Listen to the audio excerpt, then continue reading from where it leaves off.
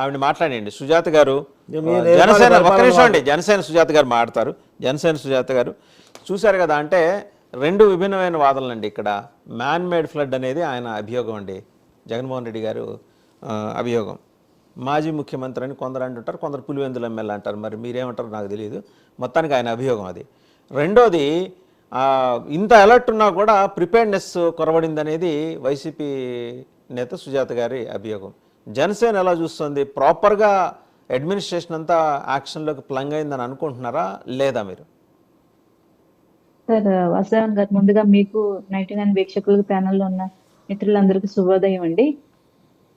ఈ వైసీపీ మనం ఏమనుకోవాలంటే, క్షవరం అయినా కానీ వివరం రాలేదన్న పరిస్థితి, ఒక సామెత వీళ్ళని చూస్తే గుర్తొస్తుందండి. ఎప్పుడు వరద రాజకీయాలు, బురద రాజకీయాలు, శవ రాజకీయాలు తప్ప మీరు ఇంకా మళ్ళీ మీ మాట తీరు కానీ మీ ఆలోచన తీరు కానీ మార్చుకోకపోవడం నిజంగా విచారకరం. ఈ రోజు అవతలి వాళ్ళ మీద ఉన్న హేట్రెడ్ ఏదైతే ఉందో, విచక్షణ కూడా కోల్పోతారనడానికి మ్యాన్ మేడ్ వరద ఏంటండి? జగన్మోహన్ రెడ్డి గారు అంతకు ముందు వరద విపత్తుల్లో ఏం చేశారు ఒక్కసారి గుర్తు తెచ్చుకోండి మీరు.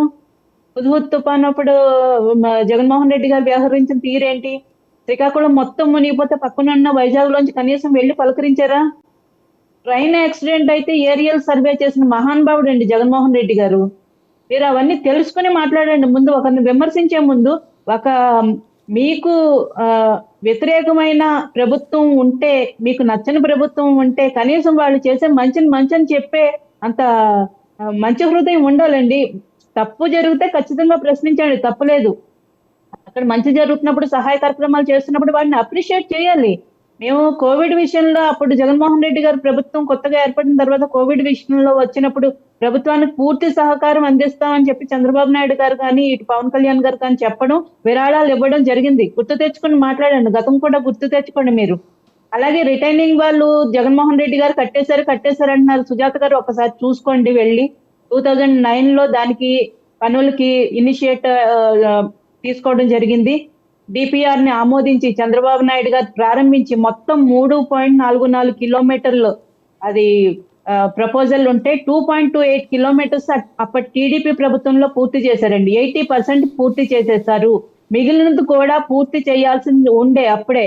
కానీ ఇదే వైసీపీ నేతలు అక్కడ ఏదైతే ల్యాండ్ అక్విజిషన్ ఉందో వాళ్ళందరినీ రెచ్చగొట్టి వాళ్ళ తరపున వైసీపీ కేసులు వేసింది. ఒకసారి అవన్నీ కూడా పరిశీలించుకోండి సుజాత గారు. వైసీపీ కేసులు వేసి వాళ్ళని రెచ్చగొట్టి ఆ మిగిలిన వాళ్ళని కూడా పూర్తి చేయలేదు. అప్పట్లోనే కొడాలి నాని వీళ్ళందరూ వాళ్ళ దగ్గర ఉన్న ఫొటోస్ అవన్నీ కూడా ఉన్నాయి, మీకు కావాలంటే పంపిస్తాను. 2.44 కిలోమీటర్స్ వాళ్ళు కంప్లీట్ చేసేసారు. మిగిలిన 20% మీరు కంప్లీట్ చేసి మా వల్లే మొత్తం అసలు విజయవాడకు అడ్డంగా నేను నిలబడిపోయి మొత్తం కాపాడేశానని మాట్లాడడం నిజంగా చాలా దారుణం అండి. ఇంతకు ముందు చూసామండి, తుఫాన్లు వచ్చినప్పుడు రైతుల దగ్గర పంటలు నష్టపోతే జగన్మోహన్ రెడ్డి గారు రోడ్డు మీద డయాస్ వేసుకుని 4 రైతులని ముందు తీసుకుని వచ్చి నుంచోబెట్టి కనీసం వాళ్ళ చేతికి కూడా తాకకుండా అంత దూరంలో నుంచుని వాళ్ళని పలకరించి వచ్చారు. మరి చంద్రబాబు నాయుడు గారు ఇంతకు ముందు తుఫాను పరిస్థితుల్లో మనం చూసాము.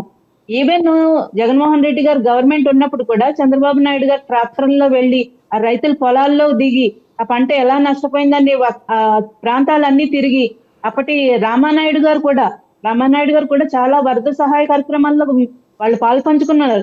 అంటే అధికారంలో లేకపోతే మేము కేవలం బురద చల్లడానికే, మేము అధికారంలో ఉన్న పార్టీని విమర్శించడానికి మాత్రమే మేము పని పెట్టుకుంటాం, అంతేగాని మేము బాధ్యత తీసుకోమంటే ఇంకా రాబోయే రోజుల్లో జగన్మోహన్ రెడ్డి గారు ఒక్కళ్ళు తప్ప ఇంకా మీ పార్టీలో ఎవరు మిగిలే పరిస్థితి లేదు. కనీసం ఇప్పటికన్నా ప్రక్షాళన చేసుకోండి. విజయవాడలో వచ్చిన వరదల్లో కొట్టుకొచ్చిన బురద కాదండి, మీ మెదడులో పట్టిన బురదని ముందు ప్రక్షాళన చేసుకోండి, క్లీన్ చేసుకోండి.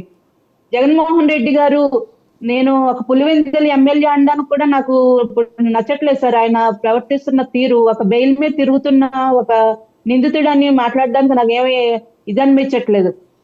వాళ్ళ కార్యకర్తలకి ఒక్క కాల్ ఇచ్చారండి మీరు ఈ టైంలో? సుజాత గారు ఒక్క నిమిషం.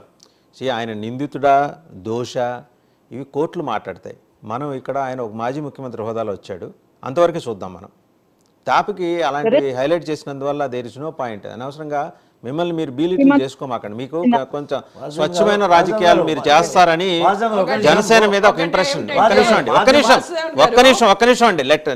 స్వచ్ఛమైన రాజకీయాలు జనసేన చేస్తుందని జనం మిమ్మల్ని విశ్వసిస్తున్నారు.